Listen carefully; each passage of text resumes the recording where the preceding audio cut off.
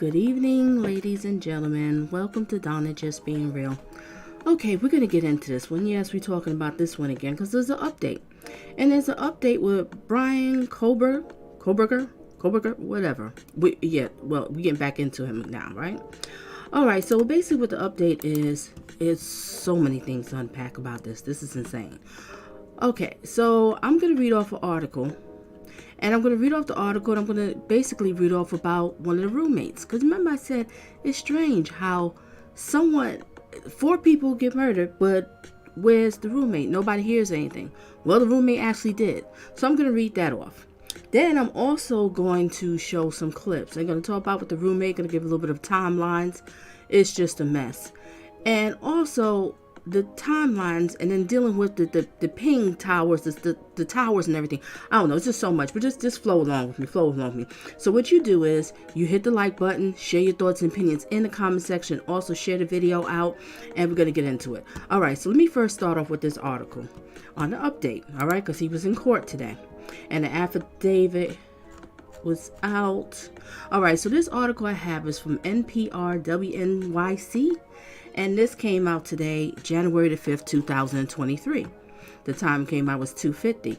All right, I'm not going to read the whole article. I'm just going to get to what the roommate told the police. All right, so we're going to get into it. Now, these are the people here. Okay, hopefully I got the names right, so make sure you just look in the description. All right, so we have Ethan. Ethan was going with Zanya. Koldal. Okay, so them two was the couple. And the other 2 girls was roommates, right? So 3 girls was roommates, but Zanya, that was her boyfriend. He was there that night. All right? And come to find out that they all came in around the same time. Well, they all was there at the same time because the killings happened around like 4 a.m. in the morning. So it happened 4 a.m. in the morning because I was wondering, did the 2 girls come home first and then the couples came in later? It's just so crazy. It's just so much to unpack and everything. All right. So we also have my co-host, the real Jack Newtown. Yes, like, share your thoughts and opinion. And we also have my mod too over here. Good evening, Donna, and good evening to you too. Isn't this crazy about this one? All right. So let me get into this one. Let me read the article. Okay. Now it says, what the roommate told the police. The hours before the attack had been a normal Saturday night of partying for the 4 victims. Witnesses and friends said that Chaplin and Cordell, that's the guy, and that's the girl with the dark hair. That's the couple. Okay. Had attended a fraternity party. Now, the other 2 girls, the blondes, had gone to a bar and stopped by a food truck on the way home to their house on Kings Road. All 4 were home by 2 a.m., and most were asleep by 4 a.m. Okay, so they all came home around 2 a.m. They all fell asleep at 4. Okay, so we're getting somewhere. All right, so what happens next? I'm going to finish reading. 2 other roommates were not attacked in the affidavit released Thursday. Moscow police said that one, identified in the document as DM, was awoken by approximately 4 a.m. by sounds coming from upstairs, including what they thought that was her roommate.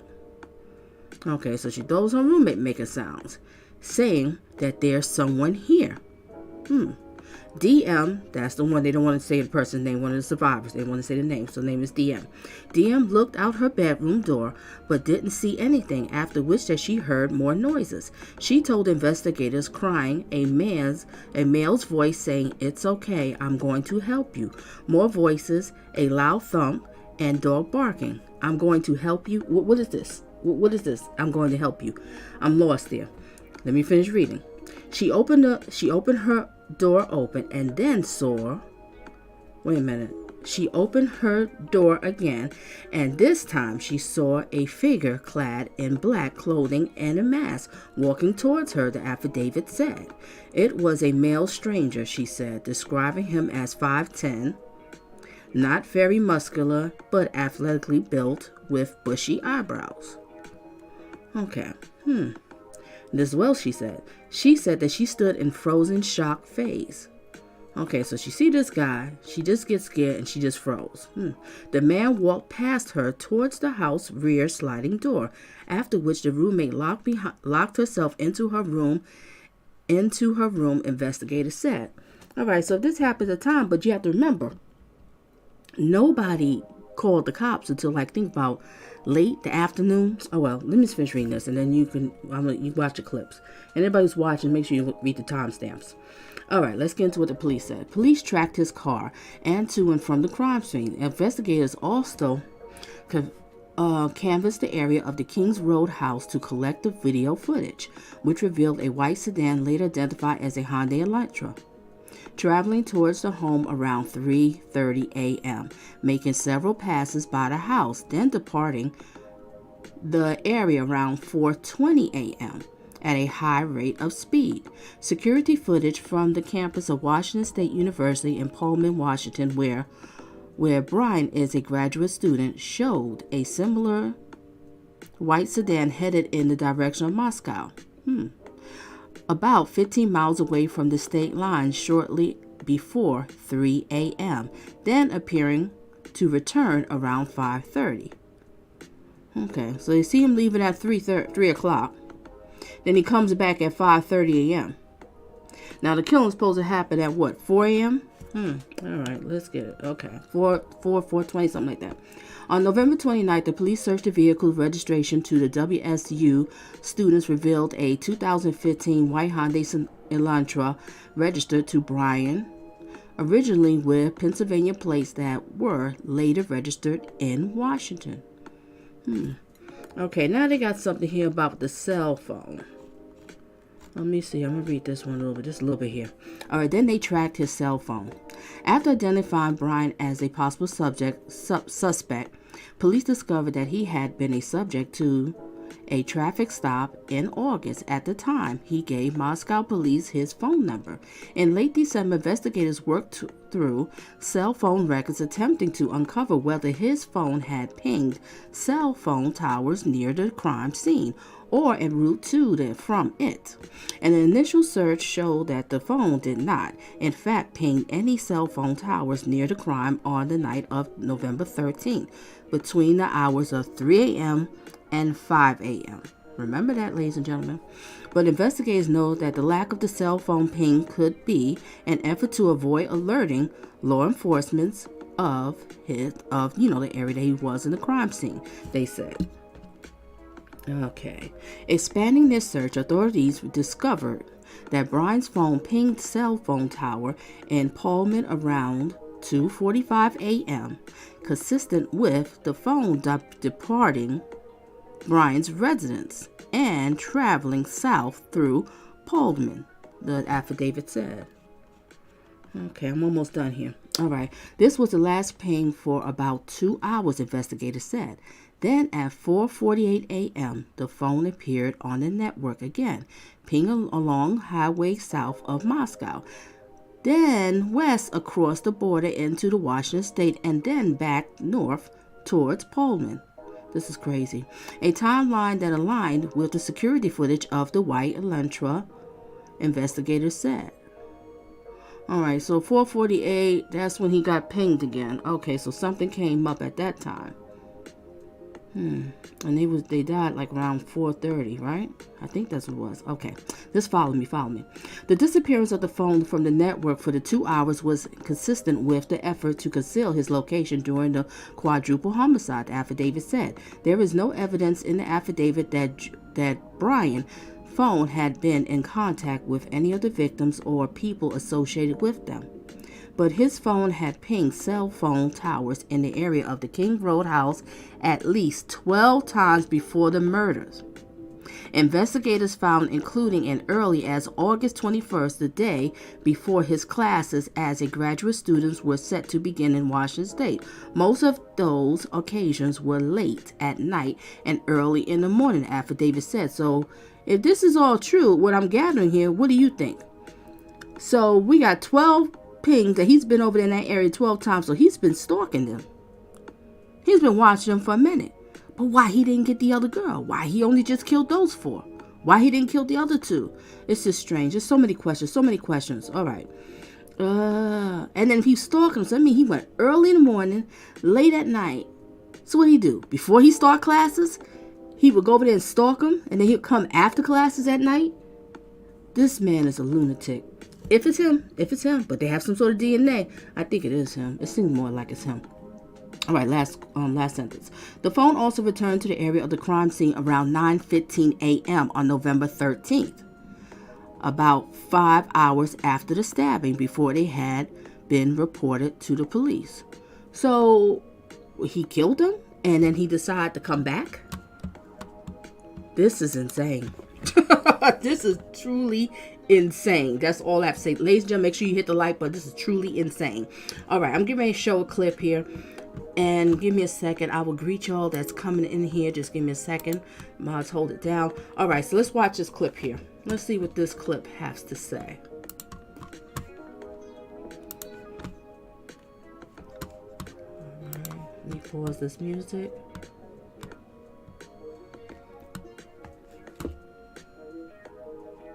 Where am I? All right, let's listen to this clip. This clip is going to be a little bit of... What's this one here about? I'll just watch a clip. Let's get it. Before Kohberger appeared in court this morning, we received shocking new details about what happened the night of the murders from newly unsealed court documents. Inside that 18-page affidavit, a chilling new timeline is unfolding. Tonight, Tim Pham has a breakdown of those details. We have been reading over this document since it was first released just before 9 o'clock this morning, and it's a lot to break down. So let's start off by taking a look at the new timeline that investigators laid out in the affidavit. We've known the murders happened early in the morning on November 13th, but now we are getting a closer look at what investigators believe played out. The new details lead investigators to believe the deaths happened between 4 and 4:25 a.m. Here's what happened starting at 4 a.m. according to the affidavit. Police say Xana Kernodle received a DoorDash order at the house at about 4 a.m. Cell phone data also shows that she was likely awake and using the TikTok app at 4:12 a.m. A surviving roommate who lived at the house, referred to as DM in the court documents, told police something woke her up at about 4 a.m., but thought it sounded like Gonsalves playing with her dog in one of the upstairs bedrooms. At 4:17 a.m., a security camera in the area picked up a distorted audio of what sounded like voices or a whimper, followed by a loud thud. At 4:20 a.m., a vehicle matching the description of the white Hyundai Elantra was spotted speeding away. A vehicle matching the description was seen again just before 5:30 a.m. on cameras in Pullman, Washington. This, of course, is only a brief overview of the timeline. You can read a more detailed account of what investigators believed happened on KREM.com. In the studio, I'm Tim Pham, KREM 2 News. Now, we have been poring over these court documents since they were released just before 9 this morning. In the affidavit, one of the surviving roommates gives police a chilling account of what happened on the morning of the murders, and it's absolutely terrifying. This roommate's bedroom was right by Xana Kernodle's, and she told investigators that she heard several things throughout those early morning hours. The affidavit says this roommate told investigators sometime after 4 a.m. she thought she heard crying coming from Xana's room and heard a male voice say something like, "It's okay, I'm going to help you." Then that same roommate says they opened their door for a third time that morning and saw a figure clad in black clothing and a mask that covered the person's mouth and nose walking towards her. She says that male walked past her as she stood in a frozen shock phase. She says the male walked past her towards the back sliding glass door. She then locked herself in her room. That roommate also told investigators that she didn't recognize the person, but she did give police a detailed description of what they looked like. That description, along with cell phone records, area surveillance cameras, and a DNA match, all led police to arresting Bryan Kohberger. In the studio, I'm Channing Curtis, KREM 2 News. In a frozen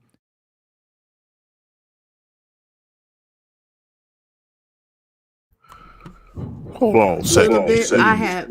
Oh, let me take you off this thing here. Hold a second. Hold a second, ladies and gentlemen. Let me. All right, so you can talk or echo. Okay, set now. You want to say something, Jack?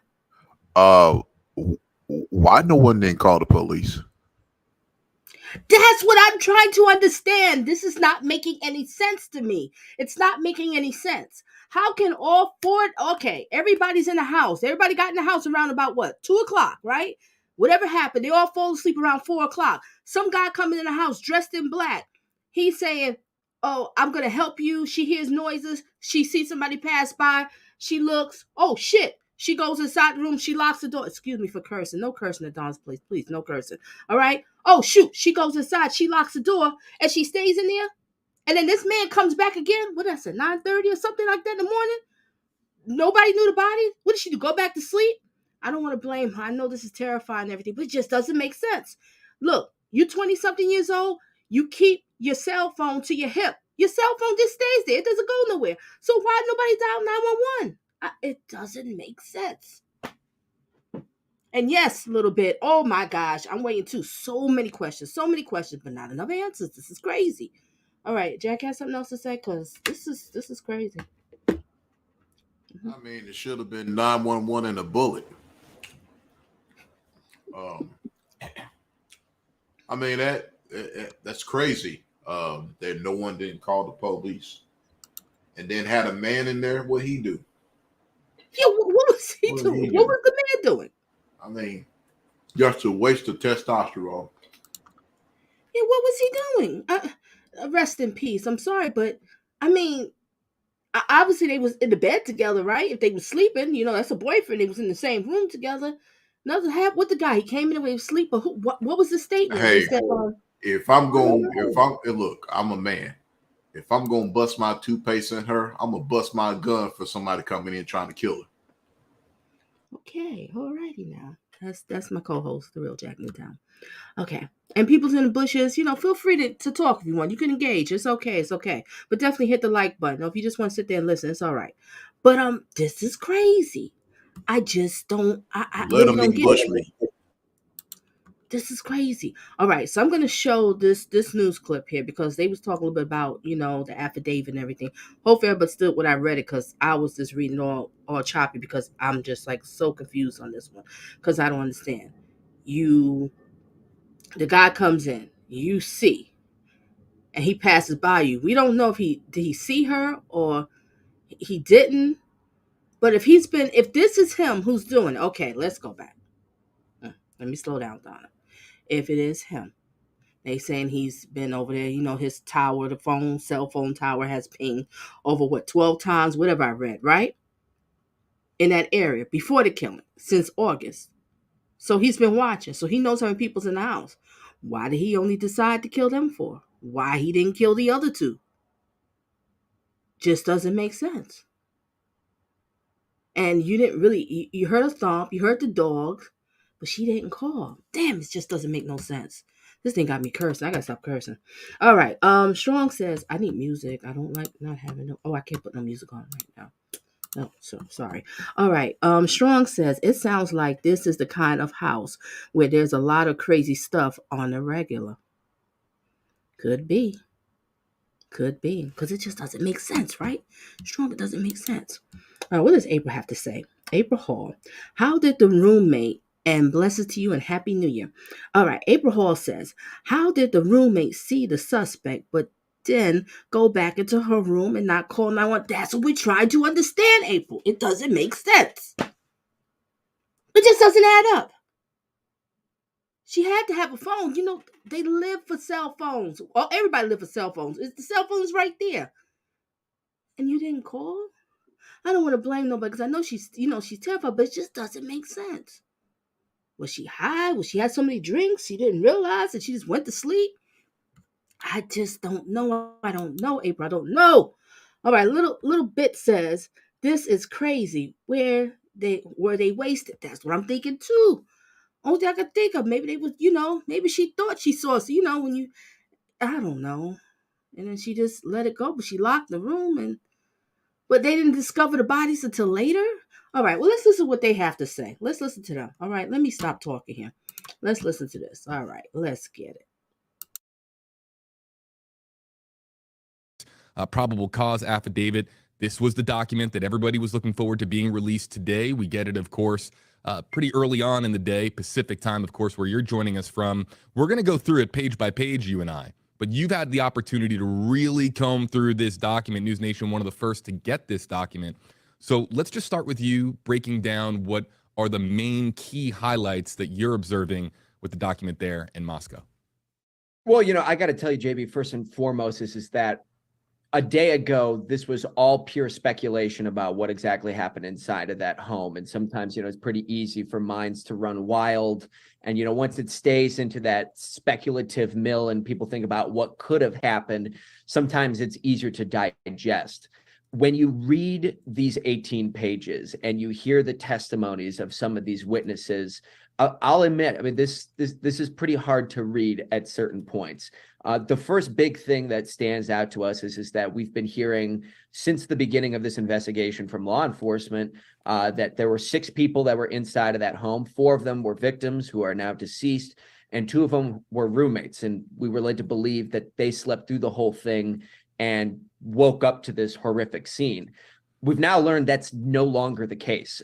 One of the biggest developments here, it actually comes on, I believe it's page 4 here, but one of the roommates ended up actually seeing the assailant, seeing this person. I'll read the whole statement for you. It says that the roommate opened her door, and after she heard the crying and saw a figure clad in black clothing and a mask that covered that person's mouth and nose walking towards her. The roommate described the figure as being 5'10" or taller, male, not very muscular. The male walked past the roommate as she stood in a frozen shock phase. The male walked towards the back sliding glass door. The roommate locked herself in a room after seeing the male. The roommate did not state that she recognized the male. This leads investigators to believe that the murderer left the scene. Now, all of a sudden, you have the human emotion that is brought into this of, the pain and the trauma that clearly those. So a little bit, you've been subbed. You just never commented. Okay. But welcome. Glad to have you here. Isn't this crazy? Let me go back a little bit. So April said something, who does that? Something isn't adding up here. You see the guy dressed in black and you go back to your room. I don't understand. Okay, you go back into your room, right? You lock the door. Dee, dee, dee, dee, dee. 911. Something not right here. It just doesn't add up. It doesn't add up. It just doesn't add up. It really just doesn't add up. All right. And welcome a little bit. All right, let's get back to it. Resume. Those roommates have now experienced seeing all of this.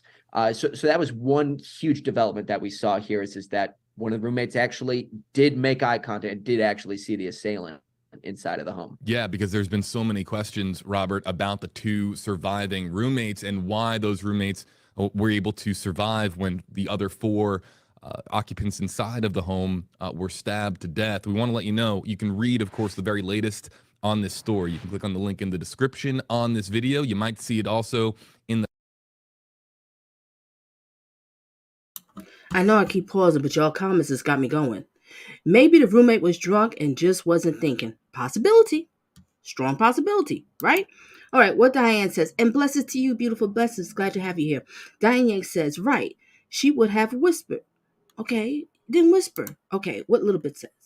Like maybe she didn't know someone else is in the house. Didn't have the dude at the house. I don't know. I know. It's just so crazy. All right, April saying here, yes. And wait until 12 to call 911. That's the crazy part, April. You going to call at 12 o'clock? That's the problem with today's age is a lack of awareness. They lack awareness. They're not street smart. They're far from being street smart. They lack awareness. This generation lacks awareness. Lots of it. They got their earbuds, their headphones in their ear, blast the music loud, not knowing what's going on. People may creep up behind you, stab you, shoot you, strangle you, rape you, etc. BG. So oblivious to the life's dangers. They just oblivious to it. They just don't believe that this type of stuff happens. It happens all the time. And you got to be on your P's and Q's regardless, 24/7, 366. Mm-hmm. Shoot. That's true. I agree. I'm And probably April one of says, the most paranoid individuals on the planet I understand why. because I grew up in a paranoid society. I understand. Now, April says here, yes, but she said that she heard some crying. That's another thing, the crying. Okay, let's go. What else April said? It will all come out. Yes, it will. Oh, yeah. I'm looking forward for this trial. Okay, and a little bit says, yes, it will, April. Can't wait for the evidence. All right, BG mod on deck. All right, hey, Donna, I said from the beginning a woman was involved. No S assault. No one hears a peep. Wait a minute. Okay, BG, you got me lost here. What do you mean beginning woman was involved? You did say that, but they saying that it was the guy. The Bryan guy. Oh gosh. Let me show some more clips. Let me go back to this clip. I'm gonna put this clip on a little bit faster because I don't want to hold y'all here forever, but I want you to hear this, So I'm gonna put a little bit on a faster speed. I'm gonna try not to talk so much. I'm trying my best, but this has really got me going. All right, resume. The pinned comment on this video, if you're watching on social media, just go to WFLA.com, the WFLA app, where we have more on this developing story, the evidence released in the Idaho student murders, again, in the probable cause affidavit that we're going to be breaking down page by page with Robert here. But Robert, before we start to go through this page by page and identify some of the areas that are particularly interesting as far as the evidence used to obtain probable cause, what's the latest going on right now as far as in Moscow, Idaho? We know that Bryan Kohberger, the suspect, is making his first court appearance since his extradition yesterday. Of course, over the course of the day, his flights back to Idaho. What's going on right now in Moscow? I believe, is it Brian Enton who's at the courthouse as we speak? I promise I wouldn't keep pausing, but y'all coming out with these comments has got me going. All right, Diane says, I would be so mad. Yes, I agree with you. I would be so mad if my daughter was killed in that house and find out someone heard and seen something, but waited 6 hours to call for police. Are you kidding me? That's something to think about. Are you kidding me? I don't want to blame nobody. I don't know what they're going through. This is my thoughts and opinions of what I'm just thinking. This is saying everybody's thoughts and opinions. So don't nobody coming for us and stuff. All right, let's get back to it. Resume. Speak. Right. Bryan Enton is inside of the courtroom right now, and all of the content that is coming out of the courtroom, there's a delay on it. That's a judge orders, is that nothing can be streamed live coming out of the courtroom. So we're a bit behind on that. The affidavit is the main thing. And then from what we've heard from the county prosecutors is that they have to go through the process of setting dates. The defense has to get involved in this as well. So, I mean, a lot of this is logistical. The big thing was the releasing of this affidavit today. But of course, you needed yesterday in order to take place. You needed Bryan to actually be back here in the state of Idaho, because that is state law, that this affidavit cannot be released until that extradition process has been completed. And now that Bryan Kohberger is back here in Idaho, now this information can come out. We can actually see what the evidence is that prosecutors are using to make that arrest and have him in court today. Right, because Bryan Kohberger, as a reminder, has indicated through his attorney, at least his legal team, when he was in custody in Pennsylvania, that he is looking forward to being exonerated and wanted, of course, to and really waived his extradition to speed up the process to get back to Idaho. And now, of course, as we understand it, and we believe that he is likely reading or at least being given this information for the first time. We're all getting this information really for the first time, and that's likely to include Bryan Kohberger. So Robert and I, we're gonna go through this page by page. And for those who have the document too, you might have the PDF on your phone. Okay, I have to talk in riddles because, YouTube, right? There's no, how you say it? No essay. That's weird. House full of women. A man does this. That don't add up either. Or unless they're not putting that information out yet. That's a possibility, BG. They didn't put out yet. But that's very strange. If this man took this time to watch them all this time, he got a little happy, if you know what I'm talking about. Just doesn't make sense. It doesn't make sense. I hope y'all okay with the faster speed. Let me know in the chat. Put a 1, that means okay. Put a 2, that means no, Donna. Put it on normal. 1, okay. 2, no. All right, let's get back to it. Resume.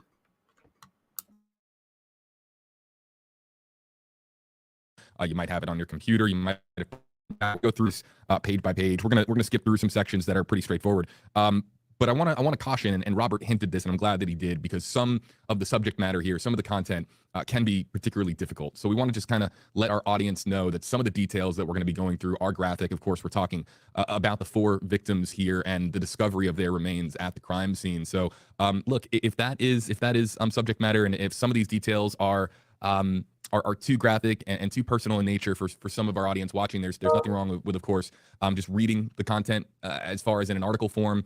But we're going to be going through this now, and we'll let our audience know that that viewer discretion is advised. So 18 pages is the document, and Robert, as you and I talked about pre-stream, stop me at any point if you think that there's something. Did you all see that father was walking in the back? When he was sitting in the car with him, I didn't know his father was that big. His father's a giant. He's so tall, he hunched over. Oh, boy. Look, this is another thing, too, I have to say. I know I keep pausing, but just work with me. Another thing I have to say is, if they sit here and support this son doing some craziness like this, we got another laundry, another pimple face murderer, his mother, and sewer rat. You know what I'm saying? I don't understand. You don't support this kind of stuff. It tells a lot about you. I'm just saying, if it is him. But let's get back to it. I'm tired of these enablers. I'm tired of these parents supporting their kids being monsters. This is ridiculous. This is the problem with these monsters out here. This is why they're getting away with so much, because they get too many enablers out here. Hammer, hey, haven't seen you in a while. Bunch of little Dahmers running around. Huh? What's that? Bunch of little Dahmers running around. Yeah, the Dahmers too, their parents. What is going on with this? I mean, yes, I know you're supposed to love your child and be there. You know what I mean? I'm a parent. I love my kids. But look, I don't support this. If I do, that tells a lot about me. What do you think? The hell with that. My kid act up and start being the killer. I'll put it this way. 603. Yeah. I'll release all the other prisoners outside and keep her in there, and I'll pour gasoline and set her ass on fire alive. Okay, that's my co-host. All right, let's get back. Just saying, I ain't gonna be raising no killer. That's what I'm saying. And don't get me wrong to the parents out here. I don't want to sound like a bad person because, you could do everything. Raise your kids in the church, give them love, give them understanding, teach them the good, the bad, everything. Perfect role models. But sometimes your kids just born bad or they just turn out bad. It had nothing to do with you. But for you to support that madness, it tells a lot about you. That shows that maybe you like this too. This is where they learned it from. I'm just saying. So, okay, let's get back to it. Resume. That is, particularly interesting. And our audience watching as well, when I look over at this screen, I'm paying attention to your comments. I've got the document right here. I'm looking over at this screen right here as well. So I'll also be paying attention to your hashtag HJB and hashtag HRobert questions and comments as well out of the Facebook Live and YouTube Live comment section here in the Stream Center. So it starts here, Exhibit A, statement of Brett Payne, duly appointed, qualified, an acting peace officer within the county of Latah, state of Idaho. Brett Payne is employed by the Moscow Police Department in the official capacity, and then it goes on and on about the law enforcement background here. Let's continue on to the second paragraph. On November 13th at approximately 4 o'clock, Moscow Police, Sergeant Baker and I responded to King Road, hereafter the King Road residence, of course, to assist with scene security and the processing of the crime scene. The forensic team was on scene preparing to process the scene. So on and so forth. Officer Smith and I entered the King Road residence through the bottom floor door on the north side of the building. Officer Smith and I then walked upstairs to the second floor. Smith directed me down the hallway to the west bedroom on the second floor, which I later learned through Xana's driver's license and other personal belongings found in the room was Xana Kernodle's room, or the Kernodle room. Just before this room was a bathroom door on the south wall of the hallway. As I approached the room, I could see a body, later identified as Kernodle's, laying on the floor. Kernodle was deceased with wounds which appeared to have been caused by an edged weapon. Also in the room was a male, later identified as Ethan Chapin. Hereafter Chapin. Chapin was also deceased with wounds later determined to be caused by quote-unquote sharp force injuries. I then followed Smith upstairs to the third floor of the residence. The third floor consisted of 2 bedrooms, 1 bathroom. The bedroom on the west side of the floor was later determined to be that of Kaylee Gonzalez, hereafter Gonzalez. I later learned that there was a dog in the room when Moscow police officers initially responded. The dog belonged to Gonzalez and her boyfriend, Jack. I found out from my interview with Jack on November 13th that he and Gonzalez shared the dog. Officer Smith then pointed out a small bathroom on the east side of the third floor. The bathroom shared a wall with Maddie's room, which was situated on the southeast corner of the third floor. Robert, I'm going to stop here. And I want to ask you specifically, there has been a lot. Brian Enton asked in his interview with the Gonzalez family about the dog. And I know that the dog is definitely a key part of this case. What do we know about the developments with this arrest affidavit and the dog that was located in the home? Right. So, it does confirm, that the dog was there in that home. And, of course, with a lot of the social media that was out there, a lot of people saw the dog itself. Look at that dog. It's gorgeous. Oh, my gosh, gorgeous. Look. Beautiful, beautiful. Resume. that it was roaming around. Murphy's, I believe, the name of it. And it gets into it a little bit later, but I mean, the dog ended up playing a role in all of this. Is that security cameras ended up picking up the dog barking, making noise, and things of that nature. So again, there are a lot of these question marks, beforehand, as how did all this happen so silently? Where was the dog? Where were the other roommates? I mean, it definitely seems as though that question has been answered. That the dog was there. The dog was at some point making noise as all of this was unfolding. Let's continue, and this is when we get in. We find that the officers, of course, discover the remains of Kaylee and Maddie. As I entered the bedroom, I could see two females in the single bed of the room. Both Gonzalez and Mogan were deceased with visible stab wounds. I also later noticed what appeared to be a tan leather knife sheath laying on the bed next to Mogan's right side. The sheath was later processed and had KA-BAR and USMC and the United States Marine Corps Eagle, Globe, and Anchor insignia stamped on the outside of it. The Idaho State Lab later located a single source of male DNA left on the button snap of the knife sheath. Did Lady Jackie just pop through the back door? And Happy New Year to you. Jump in and saying hi. We'll watch a replay, watch a movie. No problem, girl. This is crazy. Isn't it, Jackie? This is crazy. Mm-hmm. All right, let's get back to it. Hugs and kisses to you. Resume. Excuse me. So the button snap, the snap that is used to secure the sheath, is where they found this single source of DNA. We learned, of course, last week, or excuse me, really over the weekend, about the forensic component to this, Robert, and how the DNA, of course, is likely going to be key. We have heard discussions and reports of genetic genealogy being a part of this as well. But this, we're now learning more as to the source of the DNA that was discovered at the crime scene. The knife itself hasn't been discovered, and they have, of course, continued to look for the knife. But the sheath and the DNA that was on it was recovered at the crime scene that day. Right. And, the important thing to note about DNA as well is that, it pretty much through empirical evidence puts somebody in that room, in that building. And logically, looking at this, somebody who wasn't supposed to be there. So, you look at the way that investigators put together cases. They have to start with the evidence that they have. They have to start, with the certain piece that they have, and they have to build from there. And you're going to hear from more there that it's like, yes, the car plays a huge role in this. Yes, the eyewitness testimonies play a role in this. Cell phones play a huge role in this. This pretty much ends up being the piece of evidence that leads to the arrest warrant being issued. The tying back there. Now, to get to that point, yeah, more evidence needed to come into play. But this was it. This was the huge piece of the story that really got investigators to the point that they're at right now, where they have somebody in custody. Let's go to this comment. Sam, we still don't have a motive. #KJB. Why didn't Dylan call the police? Look, we're gonna that second question, motive. And the call to police, we're gonna come back to all this. I want to continue to review the document, and I'm going to continue to pay attention to our very, very active YouTube Live and Facebook Live comment section. Again, News Nation's Robert Sherman there, joining us from Moscow, Idaho, on the right side of your screen. For those of you just joining us, JB here with you in the Stream Center in Florida, going over all of this as we learn this information. If you're just joining us, this is all new information coming out this afternoon, or for Robert. Robert's been up since early this morning, because of course they're in the Pacific time zone there in Idaho. Page 3, Robert, is mostly information that we know. It's going over based on the interviews that were conducted, the timeline. For the sake of time on this live stream, I don't want to just continuously go through this unless, is there anything on page 3 that you want to highlight, anything that you have in your notes? Page 3, no, not so much. For the most part, that's establishing a lot of the information that we knew, the truck videos, the security camera footage, a lot of the stuff that has been out there for weeks that we've been parceling through. I'm with you there. We can probably move past that. Okay. DM stated she originally went to sleep in her bedroom on the southeast side of the second floor. DM stated she was awoken at approximately 4 a.m. by what she stated sounded like Gonzalez's playing with her dog in one of the upstairs bedrooms located on the third floor. Short time later, DM said that she heard who she thought was Gonzalez say something to the effect of, "There's someone here."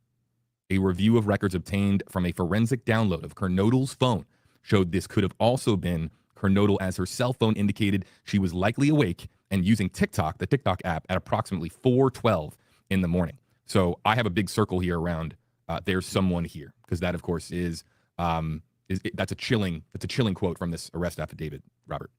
And again, taking things out of the sphere of speculation into reality changes things a little bit, because we had been talking about how these 4 victims were killed in their sleep, and even some of the families have acknowledged that it's like, well, at least they were killed in their sleep and they didn't suffer. Well, now, not necessarily the case.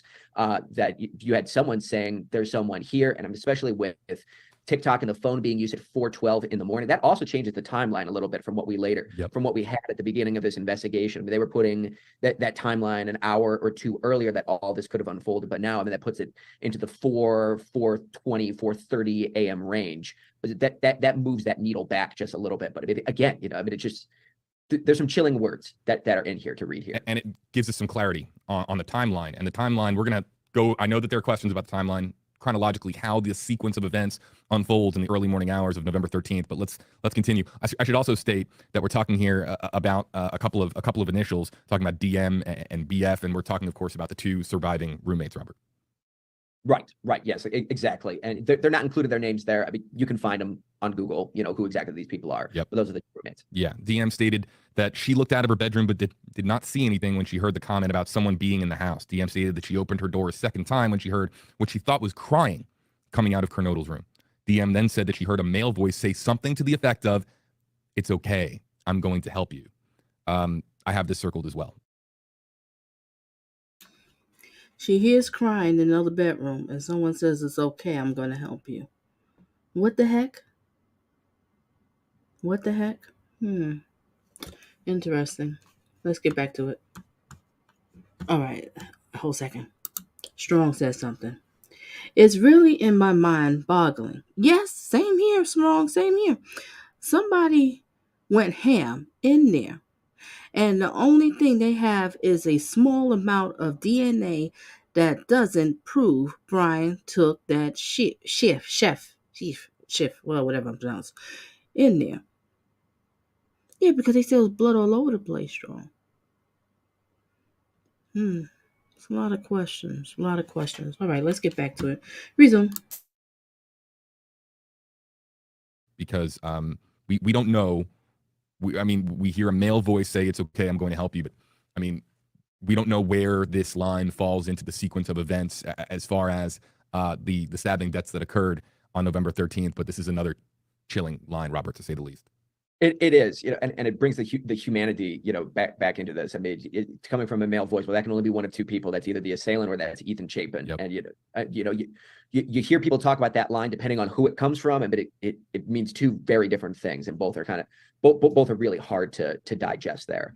But it takes away, the thoughts we had initially that the deaths happened. I don't want to say mercifully, but it's like this happened in people's sleep, and maybe there wasn't that much suffering. I mean, that really deflates that whole perspective. Now, when you hear statements like this, people were very well aware of what was happening inside of that house, the victims anyways.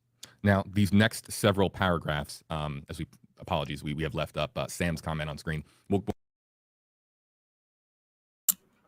Now, this is why I think that he might have did it.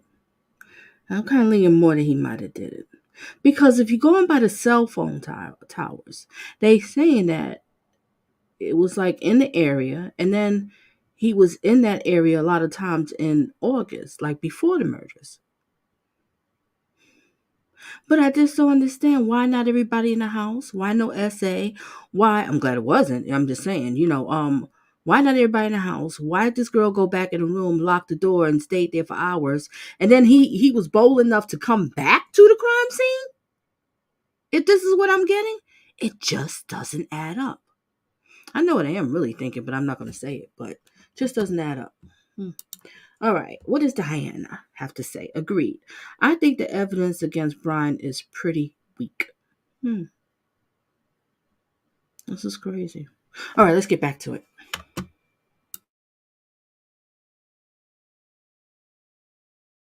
And you can look at the news reporters. They have to look like it doesn't add up. This doesn't make sense. Resume. We'll come back to some more #KJB, #KRobert questions and comments here in just a moment. But if you're just joining us here in the Stream Center, these next several paragraphs, and I have some colleagues who are going to be joining us as well over the course of this live stream here in the Stream Center, some folks that are just getting into the station now. But as far as the next several paragraphs, if you're just joining us, these are the paragraphs, of course, that are making news headlines at this hour. Robert Sherman, JB Buno. Let's continue to read through this. At approximately 4:17 a.m., a security camera located on King Road, a residence immediately to the northwest of King Road picked up distorted audio of what sounded like voices or a whimper, followed by a loud thud. A dog can also be heard barking numerous times starting at 4:17 a.m. The security camera is less than 50 feet from the west wall of Kernodle's bedroom. DM stated she opened her door for the third time after she heard the crying and saw a figure clad in black clothing and a mask that covered the person's mouth and nose walking towards her. DM described the figure as 5'10" or taller, male, not very muscular, but athletically built with bushy eyebrows. The male walked past DM as she stood in a frozen shock phase. The male walked toward the back sliding glass door. DM locked herself in her room after seeing the male. DM did not state that she recognized the male. This leads investigators to believe that the murderer left the scene. There's a lot to break down in this paragraph. This is what you led with here, Robert. Why don't you go? I know you have something to say. Why don't you go first? Because, excuse me, I have some observations here as well. Right. I mean, again, one, it brings the humanity back into all of this, is that you had these roommates here. This was not what we initially thought, where the two roommates had slept through this whole ordeal and woke up to this horrific scene. At least one of them made eye contact with the assailant that night. At least one of them saw that person standing in their home. And you can. Okay, Diana, you says, I also think it had to be more than one person. If Bryan did do it, he wasn't alone. That's something else to think about. How are you able to kill 4 people like that by yourself? Nobody jumping in. I don't know. Let's get back to it. Oh, wait a minute. BG says something. What did BG says? Need more evidence and I will accept he did it. Until then, I'm skeptical. All right. Strong says, like I said before, the police are under pressure to solve this case, which is true, because a lot of parents are calling. They're like, what the heck? What's going on? Paying his money for our kids to get killed or to be in fear? Yeah, you're right. Pressure. All right. What did BG says? Has anyone ever sliced their finger cutting veggies? Where you quite quick about it. Okay, I see what you're saying. All right, let's get back to it. I wouldn't even know where to begin to put myself in the position of that person, of seeing all that happen, scared, in frozen shock phase. I'm purely petrified with fear. This is really hard to go through. And I know there was the question, before, and which we're about to get into this, is that why didn't that roommate call police? We don't know. We don't know at this point. But what I would caution viewers into saying here is that you have no idea what was going through that person's mind. You have no idea where that person's cell phone was. You have no idea if that person was afraid. What BG says, someone went ham quietly. No way. This is something else to think about. It just doesn't add up. It doesn't add up. Really doesn't. All the people that's coming in, make sure you hit the like button, please. And feel free to engage if you like. If not, you can sit back and listen and enjoy. Go from there. All right, resume. For their life and didn't want to make a sound. You have no idea. And you already see some people who are casting blame at this roommate. Surely there's going to be more out of this investigation. Surely more of this is going to come out in the hearings, in the weeks to follow here. But there's just so much more that we don't know. And just going through the first 4 pages of how much perspectives have changed from the beginning of this investigation until today, surely there's going to be more that's going to be coming out about this subject matter. Robert, this is so WFLA Now is our venture into interactive journalism. The difference between live streaming and TV, the most fundamental difference is that we can respond to people in real time. And if they were drinking or high, wow, that's some real powerful stuff that people don't need to be messing with. That you would just sleep right through 4 people getting butchered in their home. Wow, what a shame. All right, and Hammer says he does have bushy eyebrows. Yes, he does. All right, 603 says, and how would his DNA be on the scene or on the knife? Interesting. All right, let's get back to it. And here in the Stream Center, I have, of course, all of our comment sections right now, and they are lighting up with the same exact question. And this is why when we do this on live stream, we can respond to our audience in real time. And the big question is why you didn't call 911. And you're of course talking about you don't know what was going on in that person's mind. There is the mention here in a. That's the question on everybody's mind. Why you didn't call 911? I feel sorry for her. Oh, I feel sorry for her. A lot of people's not happy about this, especially if they lost someone. Woo, boy. Let's get back to it. Frozen shock face. But if there's one massive question that is coming out of our comment section right now and is starting to make the rounds on social media is why was there such a delay? The exact time of the 911 call to police, what exactly was it? I want to review my notes here, but unless you have it in front of you. Late morning from what I recall. Closer to the lunch hour than to 4 o'clock in the morning. I believe it was in the 11 a.m. hour or something to that effect. So waiting all of these hours. And this is going to be a question because if you call 911 immediately and you get police or deputies responding to the crime scene a whole lot faster, there is, of course, an elevated likelihood that you're going to have the person who's responsible for the crimes perhaps get tracked down because, of course, they had maybe just left the residence. So I know that's where people's minds... Or lives saved. Or lives saved, that's depending true too. on what state the victims were in. Right, because we don't know at this stage if they're deceased or if they are just significantly critically injured. Which is another great point. And we'll continue to read this here in a second, but this paragraph opens up so many questions. And I want to start here by talking about the fact, the first thing when I saw, shout out to Paige, your producer at News Nation, who tweeted out some details, and I was able to tweet out some of what she was reporting to when the arrest affidavit originally came out and first came out. And if this was 2018, 2019, somebody walking around in a house with a mask on, let me read this again now, a mask that covered the person's mouth and nose.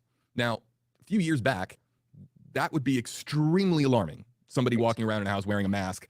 But was it a COVID mask? Are we talking about, your basic, are we talking about, if you're picturing this in your mind, we don't know if this is a mask that is designed like the type of mask that you would use to conceal your identity, something that's a little bit more ominous, something that appears to be a little bit more sinister, or if this is your standard everyday run to the pharmacy, get your mask that the billions or trillions of masks that exist out there that we had from the pandemic. So that I find to be particularly interesting. And then, of course, according to DM, the person, the male, walked past DM, not ran in some urgency or panicked because they were spotted by somebody. The way that I'm reading this and the way that I'm envisioning it, and you can tell me this, the walked past DM and stood in days. They'll walk towards the back sliding glass door. And so it's not only is the word. Good question. She said he just walked past. He didn't run. You just slaughtered 4 people. He didn't quickly try to get out of there. Dang, something to think about. Let's get back to it. Word used to describe the actual movement to walk past, and not to panic and run past that person, but also too just the fact that the person walked past DM and didn't stop to assault that person, given the fact that this is the person who is a suspect in the stabbing deaths of 4 people on the 2nd and 3rd floor. So the fact that it was what I'm reading as a walking motion to the door and not a running, sprinting, urgent, frantic, get out of the house motion, and also too that they didn't harm that person, DM, those are 2 things that I find particularly interesting about this paragraph. Right, very much so. One, just like the act of walking, as someone who's an intruder, you would assume that person would be scurrying away to try and get away. But the way that there's, this slowness, to it, it just makes it more stone cold, and considering what happened, inside of that house that night.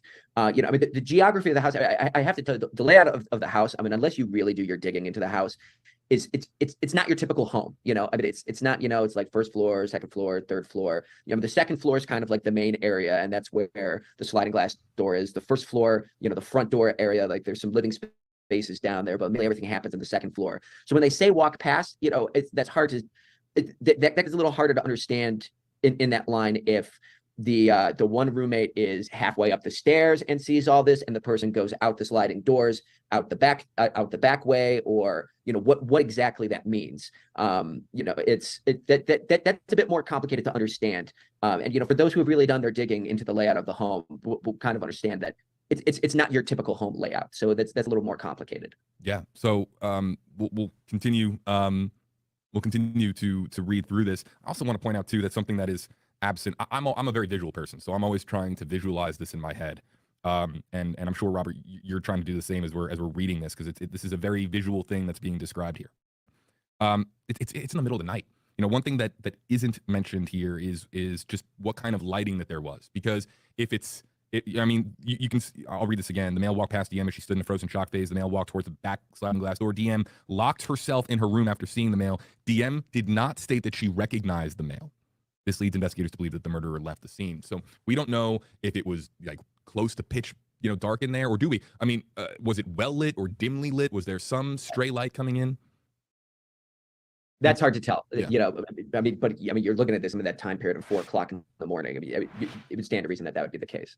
We'll get Josh Benson mic'd up here. He's just sitting down in the stream center. Welcome, Josh. Good to have you. We'll get you on stream here in just a moment. Here, I have an extra copy. Oh, I got one. Yeah. Reporters prepared. All right. Well, I'll let Josh kind of get settled here. Let's continue reading through this. Robert Sherman of News Nation's on with us, Josh. So yep. We'll continue to read through this. The combination of DM's statements to law enforcement, reviews of forensic downloads of records from BF and DM's phones, and video of a suspect video as described below leads investigators to believe the homicides occurred between 4 a.m. and 4:25 a.m. During the processing of the crime scene, investigators found a latent shoe print. This was located during the second processing of the crime scene by the forensic team by first using a presumptive blood test and then amino black, a protein stain that detects the presence of cellular material. The detected shoe print showed a diamond-shaped pattern similar to the pattern of a Vans type shoe sole just outside the door of DM's bedroom. This is consistent with DM's statement regarding the suspect's path of travel. So all of a sudden coming into the equation here, Robert, is Bryan Kohberger, the suspect's shoe collection, because we now have the evidence of a latent shoe print discovered at the scene as well. Right. And, that adds to the sheath, to like all these small pieces that are coming into play. At that moment, you don't have a full case here, but all of these pieces, are leading to that final destination. That's the goal of this whole process. Yep. All right, let's continue on here. As part of the investigation, extensive search, commonly referred to as a video canvas, was conducted in the area of the King Road residence. It was used to obtain. Okay, and then here we have in the early morning hours of November 13th in the area of King Road and surrounding neighborhoods in an effort to locate the suspect or the suspect's vehicles traveling to or leaving from the Kings Road residence. This video canvas resulted in the collection of numerous surveillance videos in the area from both residential and business addresses. I've reviewed numerous videos that were collected and have had conversations with the other MPD, ISP, and FBI that are similarly reviewing footage that was obtained. A review of the camera footage indicated that a white sedan, hereafter suspect vehicle 1, was observed traveling westbound in the 700 block of Indian Hills Drive in Moscow, approximately 3:26 a.m., and westbound on Steiner Avenue at Idaho State Highway 95 in Moscow, approximately 3:28 a.m. On this video, it appeared that suspect vehicle 1 was not displaying a front license plate. So this is the first time that we get word of the vehicle, of course, what we now know as the white Hyundai Elantra. And what's interesting about this too is that when the BOLO was initially put out, Robert, we're talking about them saying that somebody, the occupant or occupants of this vehicle, might have connection, might have information connected to this case. But now, based on my reading of this, this looks like they had a pretty good inkling that this was connected to the crime that occurred inside the home on November 13th. Right, and investigators did a pretty good job of playing things close to the vest, as you said, JB, using verbiage that made it seem as though it's like, we'd like to meet the people who are in that car because they may have seen something. And now when you read through this, it seems that they had a pretty clear idea that this car was not only in the area, but pretty intimately connected with what happened. And the next few pages of this affidavit, almost half of this affidavit revolves around the path of that car and where that car has been. Going to Pullman, Washington, which, for those who are not familiar with this area, Pullman, Washington is where Washington State is. It's about 15 minutes down the road. There's one main road that connects Moscow and Pullman. You see this car going back and forth. A lot of cars go back and forth between those two towns here. But the path that this car was taking, the cell phone pings in the weeks leading up to all of this and where that car had been, this ended up being that pretty key piece of information that led investigators to almost all the way home. The last piece of DNA is what really led to the arrest warrant being issued. But this was huge. This was a huge piece of this whole equation. Yeah, and Pullman, Washington, of course, Washington State University, where we're talking about the suspect in this case, Bryan Kohberger. Let's welcome in Josh Benson there in the bottom right-hand portion of your screen. Josh, I think that your camera's a touch zoomed in here. Okay. Yeah, let's see if we can straighten that out. And then I don't need to make that nose any bigger. And then we'll introduce you to our audience and just let's touch on your observations here as we continue to break down this document. Yes, and Robert, good to see you. Thanks for being on today. Thanks for having me on, JB. This thing is packed full of stuff that I don't think anybody thought would be this detailed. Maybe they did, but I sure didn't plan on this. One of the things, the last thing I left off on Twitter, on my Twitter account, was one of the more shocking things, and it's chilling, is that the cell phone records, they have a very detailed overview of the cell phone records. And since June 22nd, Bryan Kohberger had been near the murder house at least 12 times prior to the murders happening. Robert, you touched on that. How chilling is that? That just shows that he has been in and around for months and months and months. That's almost stalking. See, this is why I think it's him. If they saying he's been around there so many times. Oh boy, it just doesn't make sense. But if it was such a bloody mess, why there's not more DNA? It just doesn't add up. Somebody is just not telling the full story. That's what I'm getting. Resume. Behavior, as far if you ask me. And they were typically, the visits were in late evening or early morning hours. So you asked me what surprises me. That jumps off the page right away. If anybody has a page number for that, I'll read that exact paragraph. And I just printed this out. I've been seeing bits and pieces, so I haven't had the chance to read through the whole thing, but that really jumped off the page. When you look at all of the details and add up the time. Page 16. I'm sorry, Robert, say that again. That's page 16. Page It's about 16. midway through page 16. So let's just, and we're about to take a break to read comments and take questions here in just a moment, because a lot of this, to Robert's point, is now going into tracking the vehicle. And not to say that isn't important, but I want to give an opportunity to our audience to ask some questions like this one. The Mama Guide, can you explain more on what a sheath is? And we'll just quickly explain that a sheath it's usually leather. More times than not, it's leather. It's protects you from the blade. It's the covering that goes over a blade so that when you store it or you carry it, that it is going to not, of course, stab you or cause any harm to anybody. It's usually a cushiony material, more times than not leather. That covers, and it usually is accompanied with just about any sharp knife that you're going to buy, including whether it's a kitchen knife, a hunting knife, a utility knife, a fixed blade knife. A lot of them come with sheaths that to make sure that you don't harm yourself. So let's go through. I was going to make a point too, by the way, JB. If people want to follow along, I know there's just a lot of snippets on Twitter and on social media of just screenshots of this affidavit. If you want the whole thing, I've actually put it on my Twitter at the top. It's the full affidavit download. If you want to download it, all of the pages. It's at WFLA Josh if you want to download it and follow along, because we're throwing out page numbers and stuff, so it's hard with just screenshots. Yeah, so that's also super helpful. Let's go through now. Page number 16, and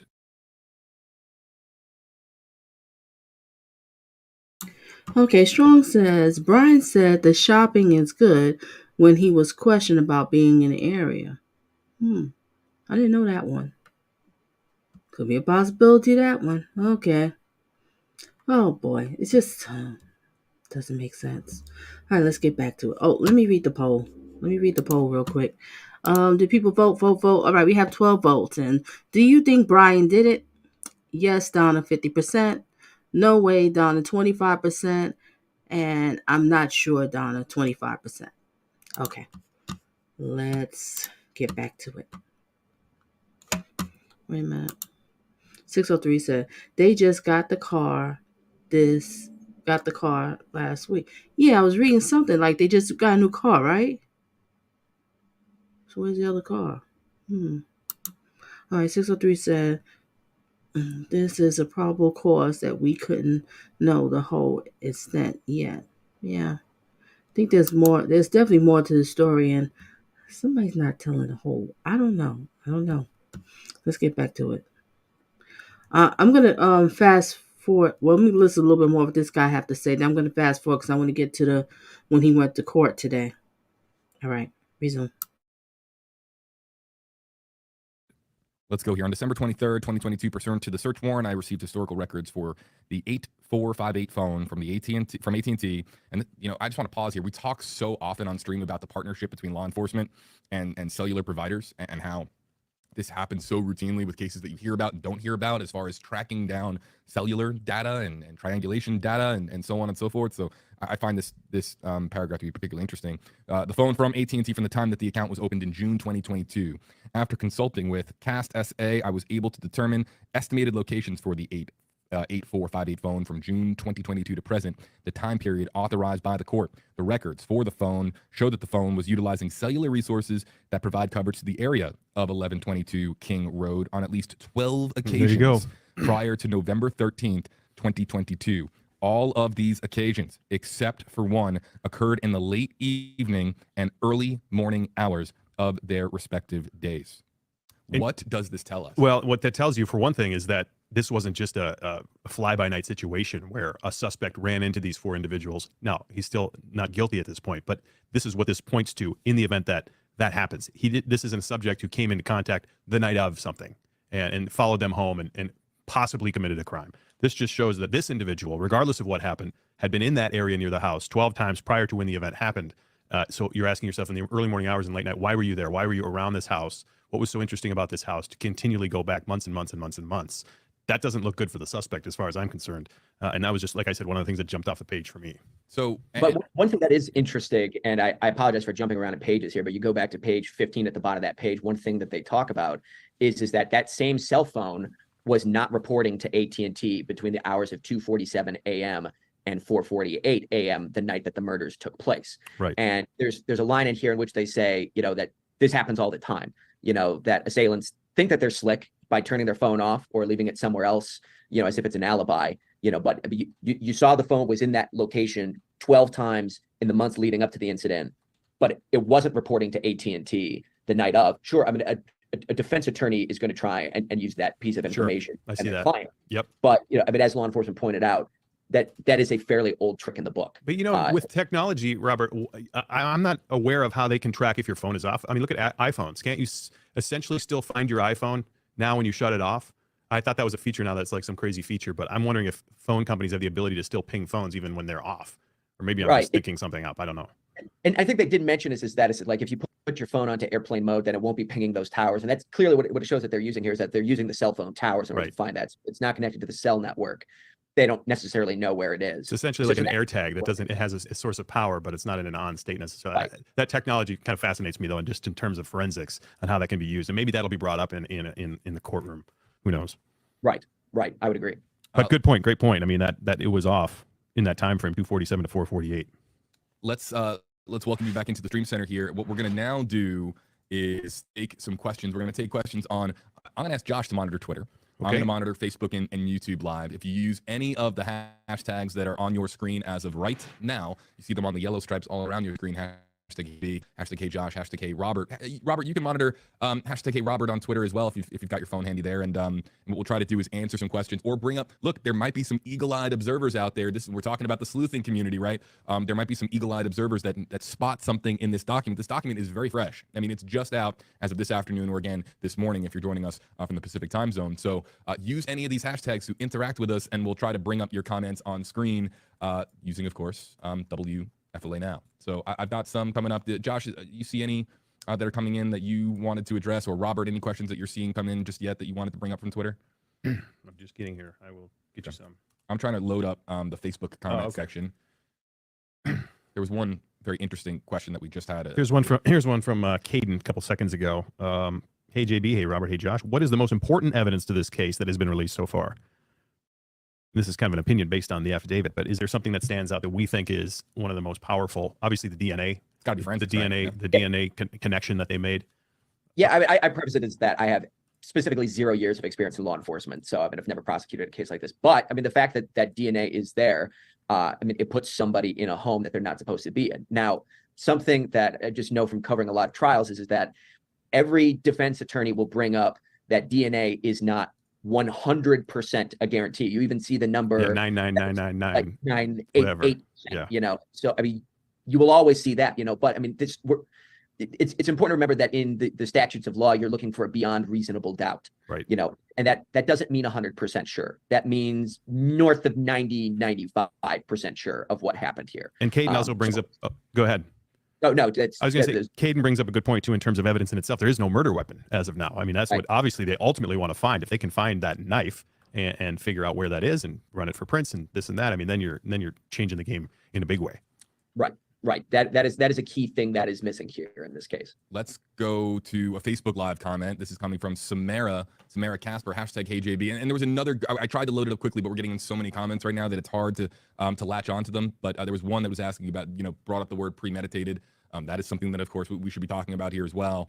Samara, hashtag HeyJB, was he friends with these kids that anyone knows of? And so this is a more poignant question today because of the cellular history and because of the trips back. Now, we don't know what those trips look like, right? I want to read the line here again. The records on the phone, show the phone. A lot of power to the prosecutors who are going to be prosecuting this case. But if it's a large area, someone triangulation over really a lot of Moscow, then it's not as helpful. But it is interesting. It is interesting that there was this repeated trip back and forth, again, 12 times, and they were always around the same time of day. Late evening and early morning hours. That goes back to the question that we had here. Is there any pre-existing relationship that exists between the suspect and between the victims or one of the two roommates inside of the home? This has been a key question from day one, Robert. And at this point, we don't have a firm answer. I mean, I know that there are still a couple of burning questions that we all have here. Yes, this has shed a lot of light on what happened here, but it's always the unknown that is going to be dominating the conversation. And that is still one of the big unknowns is why these people. And just looking at the number of pings with these towers over the 12 months preceding, the 12 instances being in that area in the months preceding, but it seems so that you're getting into a more of a premeditated territory. But I mean, still, lot of question marks here as to exactly why these people, why did this happen? I will tell you this, though, is that if you look at the layout of this area, I mean, it's just a little bit off campus, and the road that this is on, it's pretty tucked away. You almost saw it there just a second, but I mean, this road kind of goes up a side of the hill, and it kind of gets off the beaten path. And I mean, you look around, it is tucked away. I mean, Kohberger's court appearance has just come in. Let's listen. I have court-appointed counsel. Court has reviewed your application for attorney at public expense. I do find that you are indigent and do qualify. Okay, this is his court appearance that he had today. All right, let's watch it.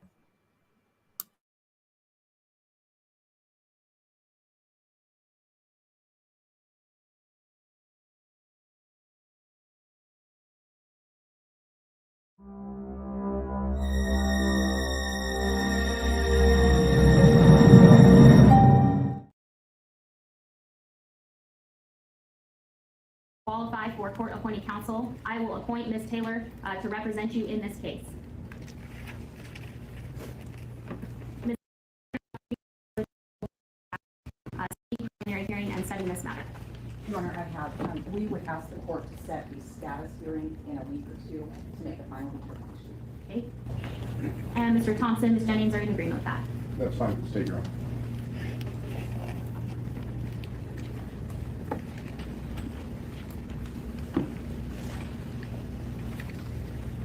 For audience watching live, this is a I will go ahead and set this matter for a status hearing then on the calendar on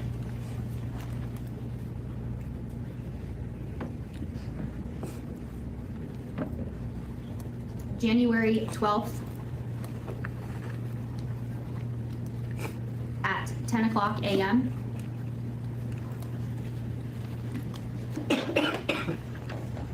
We will make sure notice is sent, and then Ms. Taylor, do you wish to argue bail at this time? Your Honor, I would like to ask the court to consider setting a bond. Mr. Kohberger right now is on a no bond hold, but it's a limited request as I don't have enough information. We are new to the case. We haven't reviewed very much in the way of information about the case, and we have just done our own work on the case. But we would want the court to know that Mr. Kohberger has a good family that stands behind him. And Mr. Thompson. The state's position is Mr. Kohberger is not entitled to bond in this case because of charges, as is noted on the arrest warrant itself.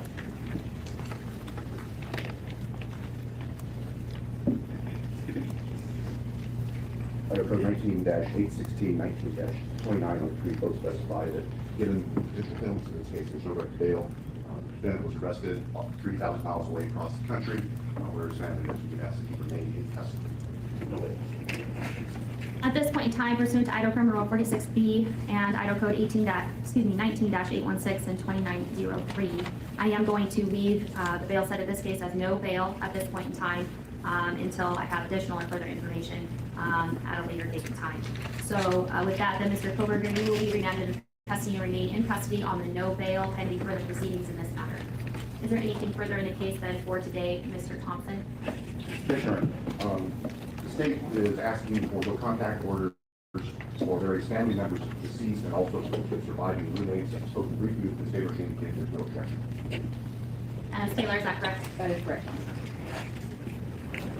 So I will go ahead and issue those no contact orders. So I do have a no contact order then for the named individual of Dylan Mortensen, Bethany Funk, as well as the family members and Mr. Chapin, the family members of Ms. Kernodle,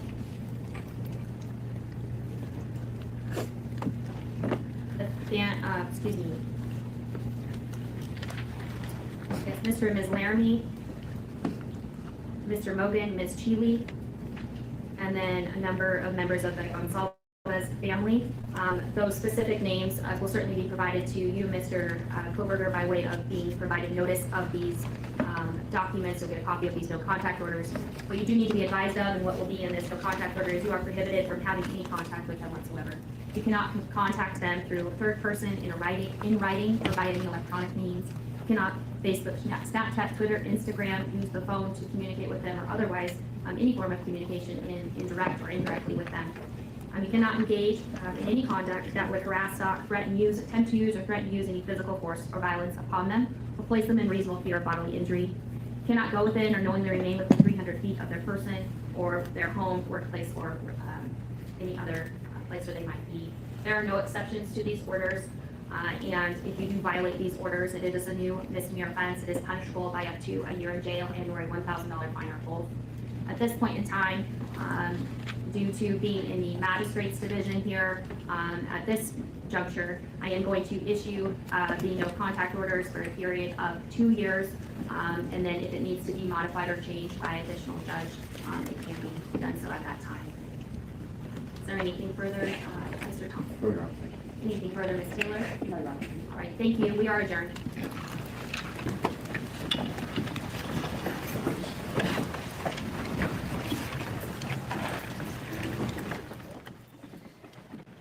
Idaho murder suspect Bryan Kohberger with his very first court appearance. This was played back on a replay due to Idaho court policy that you cannot have a live feed come out of the courtroom, but cameras, good news, of course, that cameras are permitted inside, and that was able to be refed back to us via satellite. So we were able to tap into that here in the Stream Center and go to that feed. And of course, we're learning more now, Josh, about the fact that there's going to be no bail for. It appears the attorney asked for it and it was denied. And it sounds like obviously can't have any contact with any of the victims' families or anybody within. And it sounds like the next status hearing will be in the 12th, so a week from now. Yep. And this took place about 45 minutes to an hour ago. Robert, you've been tapping into. I'm going to start now again, looking at we're going to resume the interactive Q&A here. Hashtags all around your screen, folks. We want to bring in your comments. It might not even be a question. You might just have, again, an observation, or if you just want your voice to be heard, use any of the hashtags around your screen. We'll bring it up. But Robert, you had one from Twitter. We're paying attention to these hashtags on Twitter as well. Right. This was about 17 minutes ago from @thatgirlJD. It's a good question. It says, hey, JB, considering he studied a lot with criminology, why would you leave a sheath around? And I know there's been a lot of people who have been talking about the fact that he is a PhD student in the Department of Criminal Justice and Criminology. So we actually spoke with someone the other day who graduated from that exact same program and really tried to shed some light on what that curriculum looks like. And he was telling us that for the most part, the curriculum revolves, it's not like CSI 101 or anything like that. But what the program consists of is what is the role of police in a society? What is the role of a criminal justice system? Why do police make certain decisions? Why are crimes committed among certain demographics more than others or certain geographic areas more than others? It was very theory based. One thing that person also mentioned is that, of course, a lot of people have been talking about the Reddit study, that was commissioned at DeSales, where he was asking what. Okay, ladies and gentlemen, just give me a second because I want to show one more clip and I'm going to let y'all go here.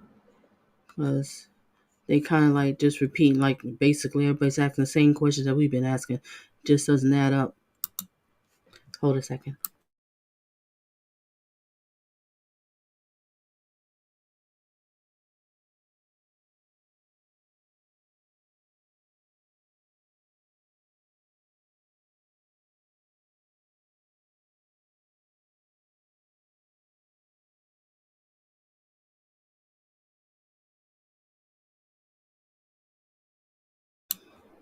Actually, I don't have the more clips. That was just it with this one. All right, I'm gonna play this one for about another 3 more minutes or so, and then I'm gonna let y'all go. Oh, hold a second.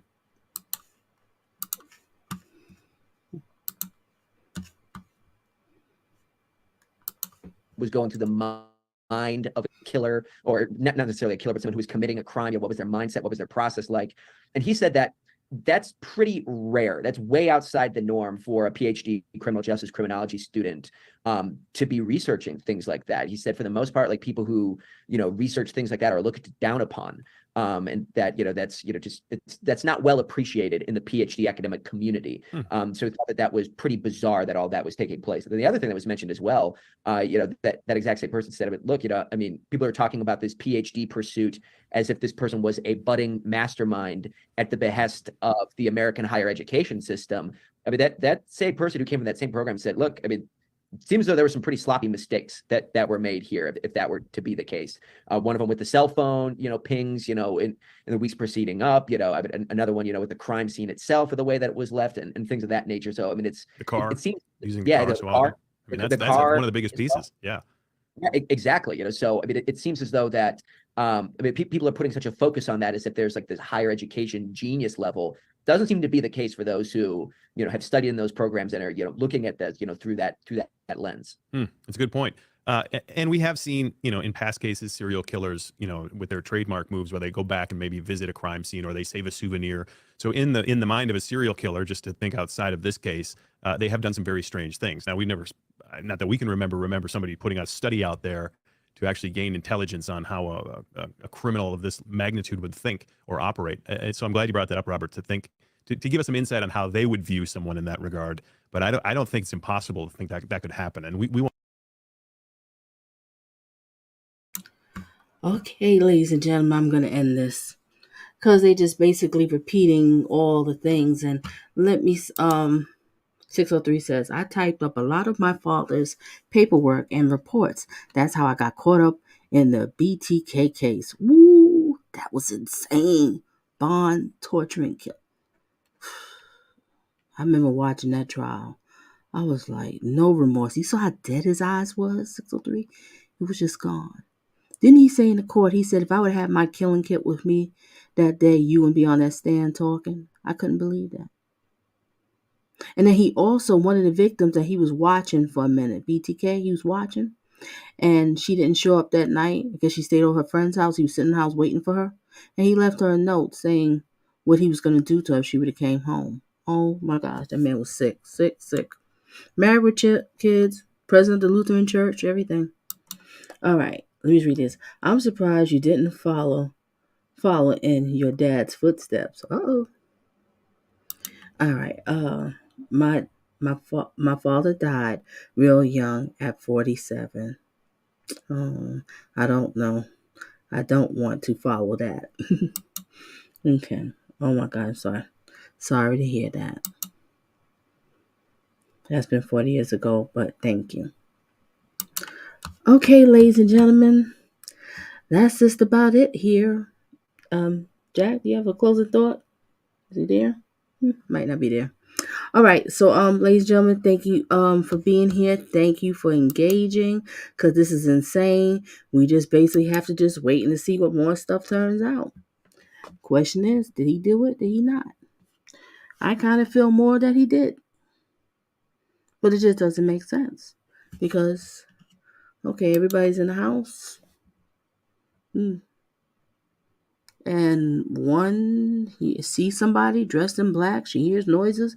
She goes in the room, locks the door, and that's it. And why he didn't kill everybody in the house? The boyfriend was there.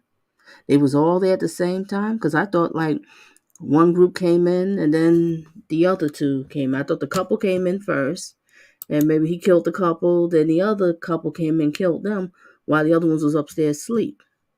I don't know. It just really just doesn't make sense. It doesn't add up. Really doesn't. All right, so good night, everybody. Stay tuned for some more commentary with Donna Just Being Real. Thank you for being here. Thank you for engaging. And I will be following up on this. Yes, I will. More is going to come out because it just doesn't add up. A lot of questions. But I know one thing. Everybody's definitely want to know is why she didn't call 911? Interesting. Night night.